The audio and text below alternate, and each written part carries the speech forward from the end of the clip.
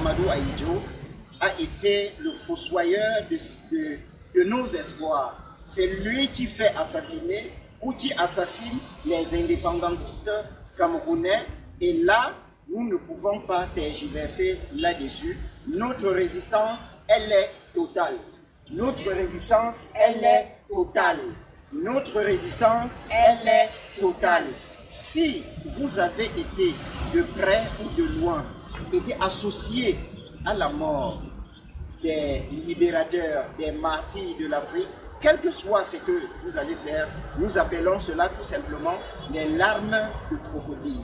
Et j'en profite pour dire que ceux qui ont suivi l'appel de son Excellence, le président élu Maurice Kamto, depuis octobre 2018, et qui, en chemin aujourd'hui, peut-être en baignant dans l'huile de la sardine, ils oublient que l'histoire va nous juger. Ces personnes-là sont en train de revenir nous dire aujourd'hui que vous ne devez pas insulter, mais quand même, on est en démocratie, vous ne pouvez pas présenter Biya comme un assassin, il faut respecter des patriarches, bien sûr. Un patriarche, c'est un patriarche, un assassin, c'est un assassin. On ne peut pas être dans un pays où des gens tombent sous les balles de Biya, qui est le commandant en chef des forces armées et de la milice, et de sa propre milice. On ne peut pas traverser sur ce patriarche-là. D'ailleurs, quand les enfants de ce pays tombent depuis 2016, pour ce qui est de la tuerie au Cameroun contemporain, depuis que ces personnes-là tombent, M. Biya et ses créateurs, et ses créatures, j'allais dire, qui gouvernent le Cameroun depuis plus de 50 ans aujourd'hui, parce qu'avant d'accéder à la magistrature suprême, M. Biya a été Premier ministre au Cameroun. Il a été au cabinet civil à la présidence, donc il trône là depuis très longtemps. Et si aujourd'hui, à son âge, le 13 février, il a osé nous présenter une fois de plus un gâteau d'anniversaire fait de sang des Camerounais et des Camerounaises. Voilà, 88 ans de vie, je dirais finalement inutile. Ce n'est pas ces patriarches-là que nous voulons. Et dire que Biya c'est un assassin, ce n'est pas de l'insulte. C'est tout simplement que c'est une vérité et c'est dommage qu'après tant d'années de martyrs pour notre peuple, tant d'années, tant de décennies, tant de siècles, s'il faut partir de la période de l'esclavage pour arriver à ce stade, on ne comprend pas pourquoi l'homme politique camerounais ou d'une certaine manière africain, l'homme et la femme politique africains, ils n'ont pas suffisamment compris que même la démission est une arme politique. Si la politique africaine ou alors les hommes politiques se régénéraient, si ils avaient ce réflexe de la démission lorsque ça ne va pas, je pense que le continent ou alors les pays du précaré français ne seraient pas plongés dans ce gouffre-là aujourd'hui. Si vous arrivez au sommet et vous vous rendez compte que vous avez fait un faux pas ailleurs, quelque part, revenez vers le peuple, dites la vérité à votre peuple. Et là, ce peuple-là saura être en rempart derrière vous pour vous soutenir. Or, lorsque le défenseur devient tout simplement l'oppresseur, lorsque ces présidents-là deviennent les bourreaux du peuple, le peuple n'a d'autre choix que de se défendre. Et puisque de toutes les façons, malgré la torture du BIR, malgré la torture du GSO, malgré la torture de la CENIL, malgré la torture des forces armées, merci. On est maintenant peut-être à 42 degrés à l'homme. Merci ma générale. Je disais tantôt que malgré toute cette torture, le peuple camerounais, le peuple gabonais, le peuple togolais, le peuple congolais, le peuple nigérien, le peuple malien, qui d'ailleurs depuis plus de 6 mois maintenant depuis plus de 6 mois a décidé de donner une nouvelle dimension au mouvement de libération du peuple, a décidé de donner un nouveau souffle au mouvement de libération des enfants de Modibo Keïta. Donc, retenez ceci, l'appel que nous avons décidé de lancer aujourd'hui, c'est un appel ferme. Nous le disons sans ambages. Nous ne serons pas éternellement victimes des coups d'État électoraux en Afrique, au Gabon et au Cameroun. Ce que nous disons aujourd'hui, c'est que Biya, qu'il le veuille ou pas, avec ses créatures, ils vont dégager. Il n'y aura plus jamais rien au Cameroun tant qu'il n'y ait pas eu une assise, un dialogue, un vrai dialogue inclusif au Cameroun pour solder définitivement la crise dite anglophone. Il n'y aura pas de paix au Cameroun tant que les filles et les fils du Cameroun ne se seront pas assis pour dire voici sur la base du consensus un code électoral acceptable par tout le monde. C'est pour cela qu'on parle du consensus. Parce que au regard de l'histoire, l'Afrique finalement meurt tout simplement, je vais dire le précaré français, meurt tout simplement des élections fraudées. Si les Biya, les Bongo, les Eyadema étaient aussi puissants, s'ils étaient aussi aimés par le peuple, ils prendraient tout simplement ce réflexe d'organiser des élections libres et transparentes. Et là, le peuple leur montrerait tout l'amour qu'il a pour eux. Donc, et ce que je vais dire là est très important. La stratégie de la France, puisque finalement il faut parler de cette France-là qui a tissé son nid ici au Mali, comme partout d'ailleurs dans le précaré français sous fond de la France-Afrique, ils ont la même stratégie, c'est de nous endormir à travers le temps, quelques tentatives de négociation, quelques soupçons de pourparlers, et puis c'est bonnet blanc, blanc bonnet. Très souvent, on fait des négociations avec des personnes qui ne connaissent rien à la crise. Tenez par exemple au Cameroun, l'on a crié pendant des années pour qu'il y ait un dialogue national, un dialogue inclusif.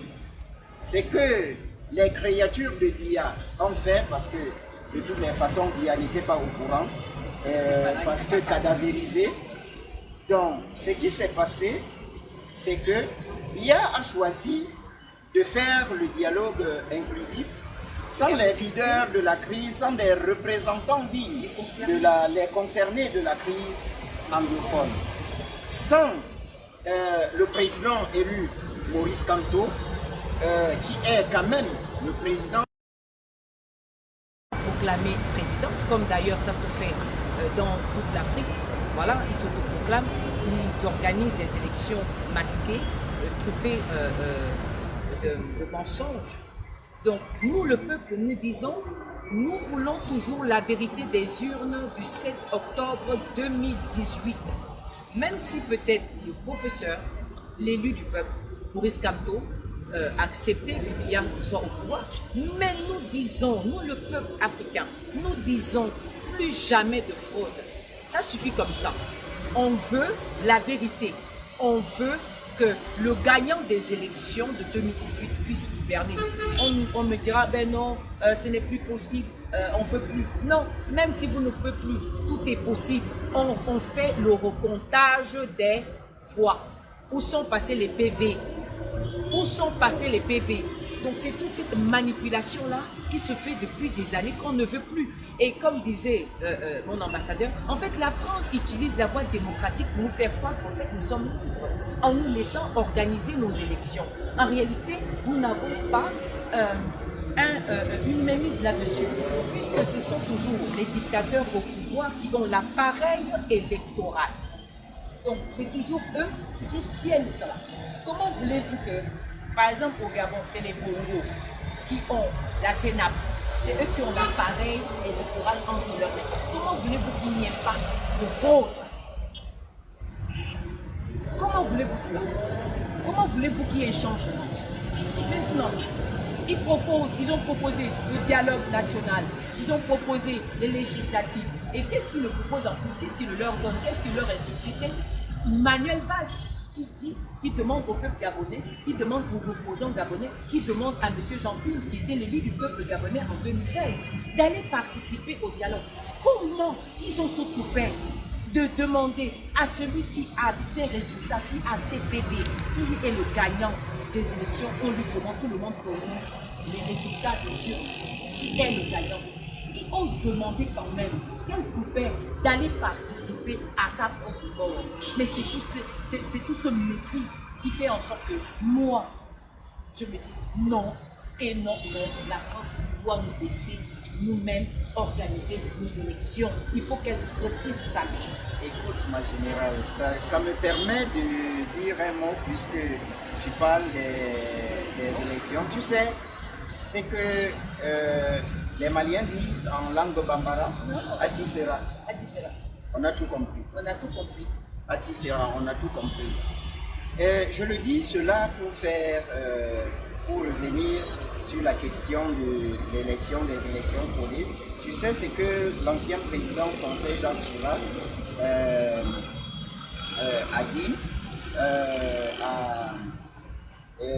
a dit à un homologue européen concernant les élections en Afrique.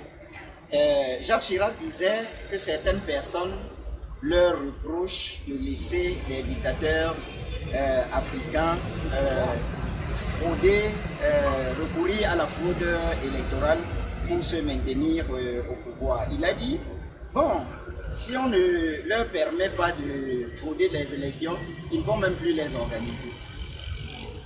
Mais est-ce qu'il se cache encore? Est-ce que tu comprends ce que ça veut dire? Il se moque de nous. Et puis il dira que la démocratie c'est un luxe pour l'Afrique.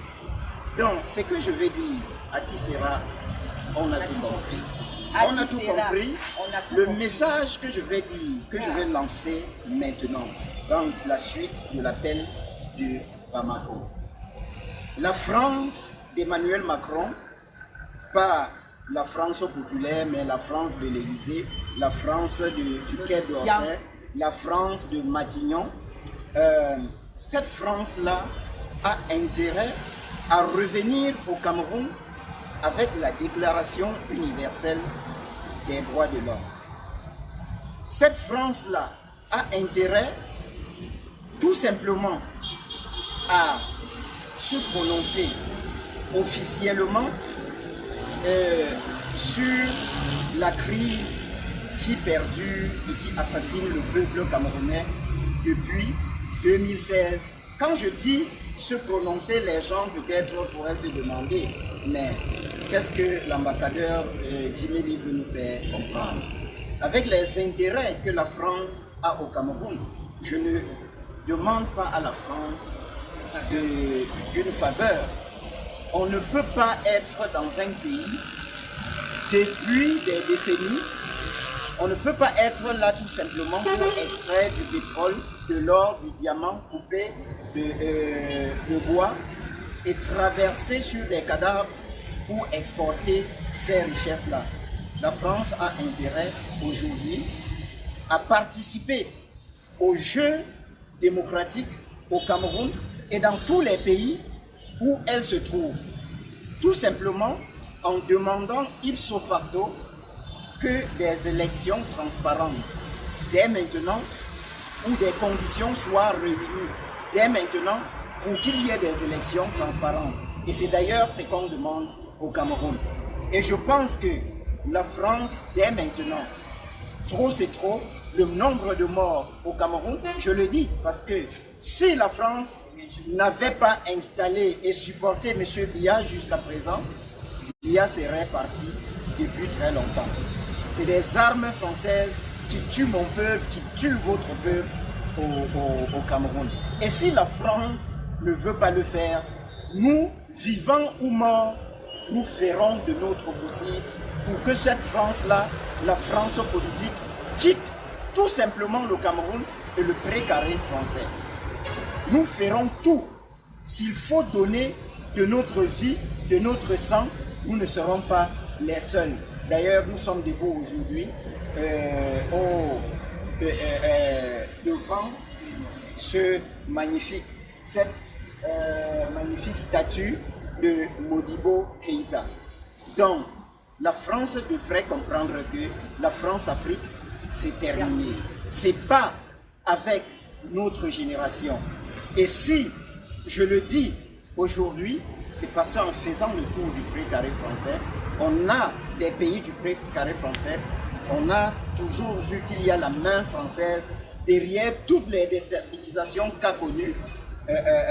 qu'ont connues nos pays respectifs. Donc, c'est un appel. L'appel de Bamako aujourd'hui est un appel aussi en direction de la France, pas seulement en direction de la diaspora camerounaise, togolaise, malienne bien sûr, gabonaise, la diaspora africaine. C'est un appel à l'endroit de la France. Trop c'est trop et c'est assez. Nous allons tout faire pour que le monde entier, que ce soit en Allemagne, que ce soit en France même, nous ferons tout pour que le peuple français déjà et le peuple européen comprennent qui exactement se cache derrière la France de l'Élysée. Et nous n'aurons jamais de cesse tant que cet objectif-là ne sera pas atteint. Et qu'on le veuille ou pas, nous allons libérer le Cameroun, nous allons libérer le Togo, le Mali et le précaré français, nous allons le libérer. Par tous les moyens, nous le ferons. Par tous les moyens, nous le ferons.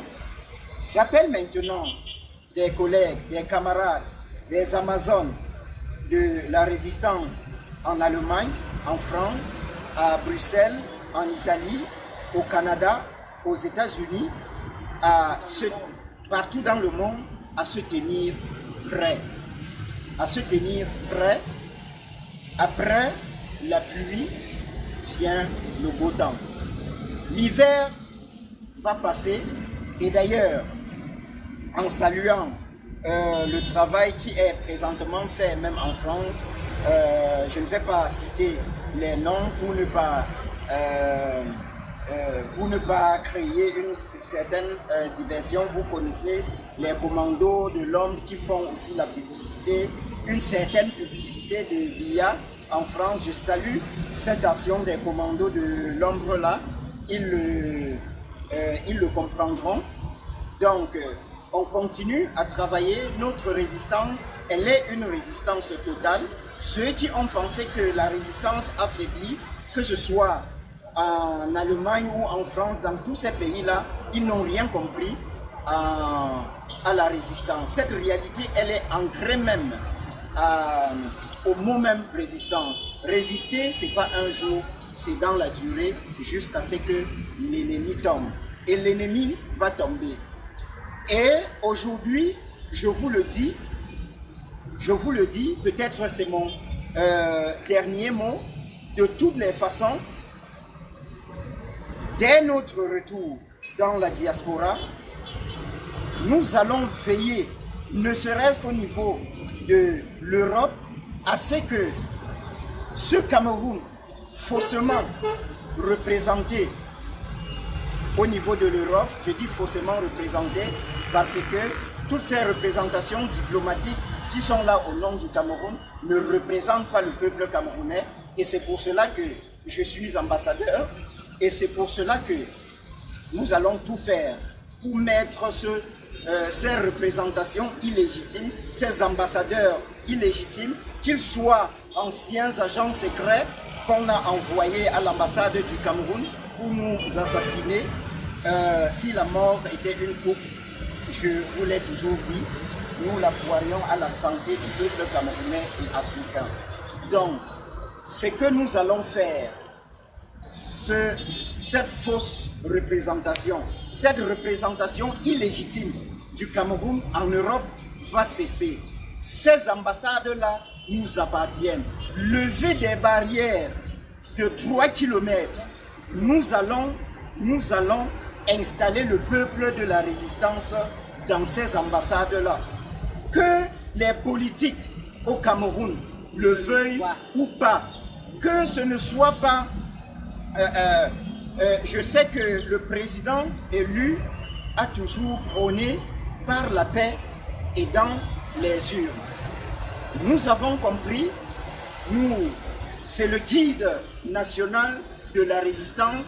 D'ailleurs, notre combat n'a de sens aujourd'hui que parce que nous avons espoir que, ayant bousculé tous ceux qui sucent le sang de notre peuple aujourd'hui, cet homme-là, avec tous ceux qui l'entourent, vont réorienter la barque Cameroun. Si nous luttons, c'est parce que nous savons qu'il y a des personnes comme le président élu, comme son vice-président Mamadou Mota, comme Olivier Bibou Nissa, comme Ayoub Tabé, comme Alain Foguet et tous les autres qui sont constamment, parce que quand je dis qui ont été, c'est comme s'il y avait une seule personne de la Renaissance ou d'autres partis politiques qui étaient arrêtés. Toutes ces personnes qui sont constamment arrêtées au Cameroun pour la libération du Cameroun, si nous tenons debout, si nous donnons de notre énergie, si nous croyons en la victoire, c'est parce que le président élu Maurice Kamto a dit « Je ne vous trahirai point ». Donc, nous menons ce combat, nous sommes des activistes, nous ne sommes pas des hommes politiques, nous ne militons pas pour la renaissance, pour le mouvement pour la renaissance du Cameroun, mais nous militons pour des idées que portent ces martyrs vivants, parce que Maurice Kamto, Mamadou Mota et toutes ces personnes-là que je viens de citer, ce sont des martyrs vivants, parce qu'ils échappent à la mort quotidiennement. Et cette mort-là, elle est en sursis. Et c'est pour cela que je demande au peuple camerounais, pour réitérer même d'ailleurs les déclarations du président élu Maurice Kamto lors de son retour d'Addis Abeba, qui disait il ne faudrait pas attendre qu'il soit mort pour aller déposer des gerbes, des fleurs et pleurer de sa plus belle larme. Non, c'est pas cela. Il faut lutter aujourd'hui. Seule la lutte libère. L'ambassadeur, je vais dire, le faux ambassadeur qu'on a envoyé en Allemagne, l'agent secret qui a été envoyé en Allemagne, il faut qu'il comprenne que sa mission, elle est très simple. C'est de se lever un matin ou ipso facto en Allemagne et dire à Biya que mon chemin pour l'Allemagne, c'était tout simplement un chemin de l'exil. Finalement, je me retrouve en terre sécurisée, je démissionne, faites comme moi, démissionnez au Cameroun et remettons finalement au peuple camerounais le fruit de sa besogne depuis que nos chemins ont rencontré malheureusement celui du colon blanc en 1884. Donc, que cet ambassadeur comprenne que ce n'est pas la menace du poison, ce n'est pas la menace de la prison, ce n'est pas la menace de l'arme qui va m'arrêter, ambassadeur Djib Djimeli, ou qui va arrêter le producteur Gibson ou Fotso le résistant, ou notre doyen Tanti, le doyen, c'est pas cela qui va nous arrêter. La résistance après les restrictions de la pandémie à coronavirus, peut-être ce sera même un boulevard ouvert pour la libération du Cameroun. Qu'on soit au Cameroun ou en Allemagne, nous allons mettre toutes les batteries en marche afin que le processus de disparition de ce régime zombificateur, ce régime qui a phagocyté tous les espoirs de libération jusqu'à aujourd'hui, nous allons mettre toutes les batteries en marche afin qu'ils tombent. Vous pouvez compter sur nous. Ce n'est pas des multiples procès que j'ai présentement en Allemagne sur les différentes occupations de l'ambassade qui vont nous arrêter. Donc, restons sereins, continuons dans cette lancée et je dis toujours, les Amazones, vous êtes les mères porteuses de la résistance.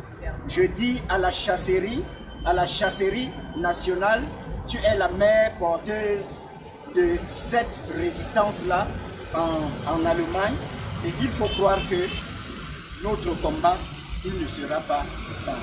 C'est une nouvelle énergie qui est là. Après l'hiver, nous allons libérer le Cameroun, nous allons libérer le Togo, nous allons libérer le Niger, nous allons libérer le Gabon, le Mali, nous allons libérer le précaré français. Que la France le veuille ou pas, nous allons le faire. Et ce ne sera pas de la haine. Il n'y a pas de haine entre peuple français et peuple camerounais ou peuple africain. D'ailleurs, vous ne pouvez pas être installé sur une terre. Et quand je dis installé sur une terre en ce qui concerne la France, elle est installée en Afrique, dans 15 pays de pleine fesse. Vous êtes installé au sous-sol, vous êtes sur terre, vous êtes dans les mers et vous êtes dans les airs. Et ce n'est pas sur des terres où on a de la haine pour vous qu'on peut vous tolérer pendant tant d'années. Mais trop, c'est trop. Vous allez libérer le plancher si désormais le peuple français et le peuple africain ne jouissent pas des mêmes privilèges. Quand je le dis, certaines personnes croiraient que je suis dans un rêve. Mais qu'est-ce qui manque à l'Afrique avec toutes ces richesses-là, avec tout ce qui est extrait dans tous nos pays-là, pour transformer en 3 années de renaissance seulement ce pays, le Cameroun, qui est immensement riche. Il ne faut même pas 5 ans pour le faire. Il ne faut pas 5 ans pour donner une assurance maladie à tous les Camerounais. Il ne faut pas 5 ans pour transformer les mouroirs que nous avons au Cameroun, que nous appelons Arcelou. Il ne faut pas 5 ans pour redonner l'espoir de vie sur nos routes. Il ne faut pas 5 ans pour que nos enfants soient en sécurité dans les maternités.